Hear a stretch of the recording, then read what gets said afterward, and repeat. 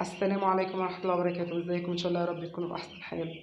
قبل ما نبدأ الفيديو بتاعنا نقول اللهم صل وسلم وبارك على سيدنا محمد عليه أفضل الصلاة والسلام. بصوا النهارده يا جماعة دي البطاطا بتاعتنا المبشورة بالمبشرة الصغيرة. مش هنحط أي حاجة النهارده اليوم.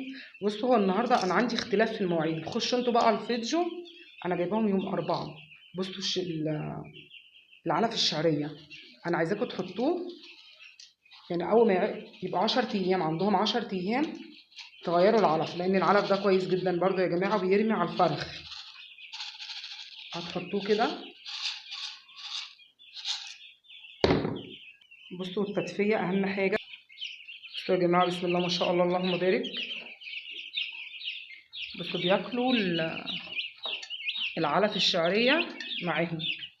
البطاطا عامل يعني حاجه تحويل، بسم الله ما شاء الله. الكتاكيت دي يا جماعه عمرها 10 ايام.